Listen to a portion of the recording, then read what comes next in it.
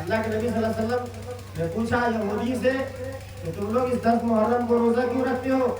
یا عاشورہ کے دن روزہ کیوں رکھتے ہو؟ تو یہودیوں نے کہا کہ اس دن اللہ تبارک و تعالیٰ نے حضرت موسیٰ علیہ السلام کو فرعون سے نجات عطا فرمایا تھا اور فرعون کو دریا نیل میں غرق کر دیا تھا، اسی خوشی میں جو ہے ہم لوگ عاشورہ کا روزہ رکھتے ہیں۔ یہودیوں نے یہ کہا اسی خوشی میں ہم لوگ روزہ رکھتے ہیں۔ تو اللہ کے نبی صلی اللہ علیہ وسلم نے اپنے صحابہ کو حکم دیا کہ ہم بھی حضرت موسیٰ پیغمبر سے بے پناہ محبت کرنے والے ہیں، لہٰذا یہودی روزہ رکھتے تو تم بھی روزہ رکھو۔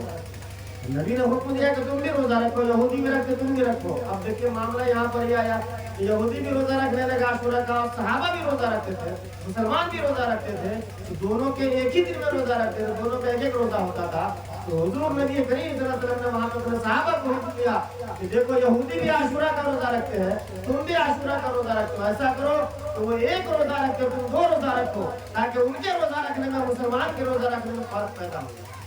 ان کے روزہ رکھنے میں اور ایک مسلمان کے روزہ رکھنے میں امتیاز ہو جائے، فرق ہو جائے، تاکہ عبادت میں بھی ہم یہودی کی برابری نہیں کریں۔ اس سے کیا ہمیں سبق ملا، کیا اندازہ ملا کہ دوسرے قوم کی عبادات میں بھی مشابہت نہیں ہونی چاہیے، یہ جائے کہ دنیا کی رسم و رواج اور اس کی مطابقت کرتے ہیں۔ لہٰذا میرا ایک اور بات میں آپ کو بتاتا ہوں، حضور مکہ میں تھے نا، بال میں کنگھی کرتے تھے، حضور نبی کریم صلی اللہ علیہ وسلم اپنے بال میں کنگھی کرتے تھے، بالوں میں کنگھی کرنا یہ ہمارے نبی کی سنت ہے۔ اسلام ایک ایسا مذہب ہے جس نے انسانی زندگی کے ہر شعبے پر نظر رکھا ہے، کسی بھی شعبے کو تشنا اور ادھورا نہیں چھوڑا، ہر چیز کا طریقہ ہمیں اسلام نے بتایا اور اللہ کے نبی صلی اللہ علیہ وسلم نے بتایا۔ بال میں کنگھی کیسے کرنا ہے، ناخن کیسے کاٹنا ہے، یہ تمام طریقہ اسلام نے ہمیں بتایا، پریکٹیکل طور پر بھی اور تھیوری طور پر تمام چیزیں اسلام نے ہم کو بتایا۔ حضور جب تک مکہ میں رہے بال میں کنگھی کرتے رہے، کیسے کنگھی کرتے تھے، کیسے کنگھی کرتے تھے، کنارے سے مال نکالتے تھے۔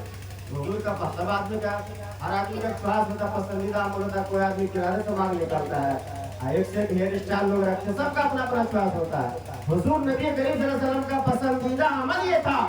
جب تک مکہ میں رہے تب تک کی میں بات کرتا ہوں، حضور 53 سال تک مکہ میں رہے، ان 53 سالوں میں جب بھی اپنے بال مبارک میں کنگھی فرماتے تھے تو کنارے سے مال نکال لیا کرتے، یہ حضور کا پسندیدہ عمل تھا، حضور محمد کو ثواب دینے۔ لیکن حضور جب مدینہ ہجرت کر کے تشریف لائے تو اچانک سے اس عمل کو چھوڑ دیا، اور جب مدینہ میں حضور نے بالوں میں کنگھی کیا تو صحابہ نے اس بات کو دیکھا اور غور کیا کہ حضور 53 سال تک تو کنارے سے مال نکالتے تھے، آج مدینہ میں آئے ہیں تو بیچ سے مال نکالنا چاہتے ہیں، کنارے سے چھوڑ دیا۔ صحابہ نے پوچھا یا رسول اللہ یہ آپ کا پسندیدہ عمل ہم نے دیکھا مکہ کی سرزمین پر، اور 53 سال ہم نے آپ کے ساتھ دیکھا ہے کہ آپ کا پسندیدہ عمل یہ تھا کہ کنارے سے مال نکالا کرتے تھے، اچانک آپ بیچ سے مال کیوں نکالے؟ حضور نے ارشاد فرمایا کہ میں یہاں مدینہ میں آیا تو میں نے مدینہ کے بڑے بڑے یہودیوں کو دیکھا ہے کہ وہ بھی کنارے سے بالوں میں کنگھی کرتے ہیں، کنارے سے مال نکالتے ہیں، تو میں نے اپنے اس 53 سالہ پسندیدہ عمل کو چھوڑ دیا تاکہ لوگوں کو یہ پتا چل جائے کہ جب بھی محمد کو بالوں میں کنگھی کرتے ہیں تو بیچ سے مال نکالتے ہیں، تاکہ ان کے ساتھ مشابہت نہ ہو جائے کہ وہ بھی کنارے سے بال کنگھی کریں اور ہم بھی کنگھی کریں، تو دونوں میں امتیاز کا فرق پیدا ہونا چاہیے نا، اس لیے میں نے اپنے پسندیدہ عمل کو چھوڑ دیا۔ اب بتائیے کہ حضور اتنی چھوٹی سی چیز کہ بالوں میں کنگھی کرنے میں اگر یہودی کی برابری ہو رہی تھی تو حضور نے اپنے 53 سالہ پسندیدہ عمل کو چھوڑ دیا کہ یہودی میں اور مسلمان میں کچھ فرق ہونا چاہیے۔ تو آج ہم لوگ دوسرے قوم کی مشابہت کرنے کی کوشش کرتے ہیں، ایسا مت کیجیے، اپنے اسلام میں سب کچھ ہے، پیدائش سے لے کر کے قبر کی منزل تک جانے تک تمام طریقے اسلام نے ہم کو بتایا ہے، اس طریقے پر عمل کیجیے۔ قرآن کہہ رہا ہے لقد کان لکم فی رسول اللہ اسوۃ حسنہ، کہ رسول کریم صلی اللہ علیہ وسلم کی مبارک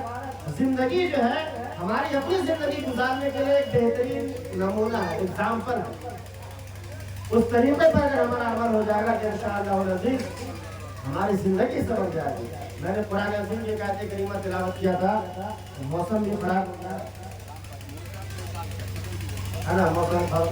کے لحاظ سے بہت ہی مختصر بات ختم کیا جا رہا ہے۔